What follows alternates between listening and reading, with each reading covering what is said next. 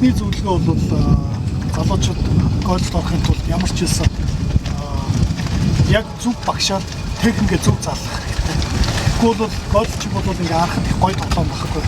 Гоё тоглоомыг харангуутлыг тоглох гэж яараад тэгээд ингээд зөв буруу хамаагүй сураа явдаг тий. Тэгээ эцэстээ бол яадаг вэ гэхээр гольфоор тоглоод ирсэн дараа техникээ буруу ингээд дахиад сурах ажил боломжтой. Тэгэхээр эхнээс нь зөв багшаар зөв заалгаж сурах.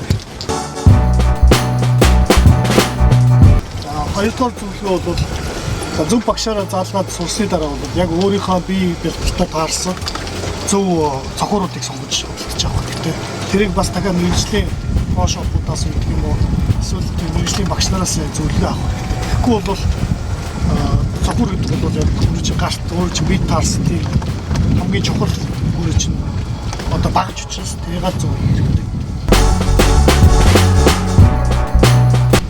Гуравдугаар зүйл нь бол маш их этик сурах хэрэгтэй. Этик гэдэг нь юу гэж байна вэ гэхээр энэ бол их ёс зүйтэй тоглоом. Тэгэхээр ёс зүй гэдэг юм эхэлж сурж иж дараа нь тоглоомд тоглохгүй бол энэ их аюултай. Тоглогч нар ч бол ёс зүйг маш их эрхэмлдэг хуучин тоглогч нар байж байгаа. Тэгэхээр тэдний дунд ороод явхад дөрмөөс оншоод ёс зүйгээ сайн эрхэмлээд ингээ явах юм. Энэ гурван зүйлээр авчих юм бол тэгээ сайхан тоглоо явчихна да.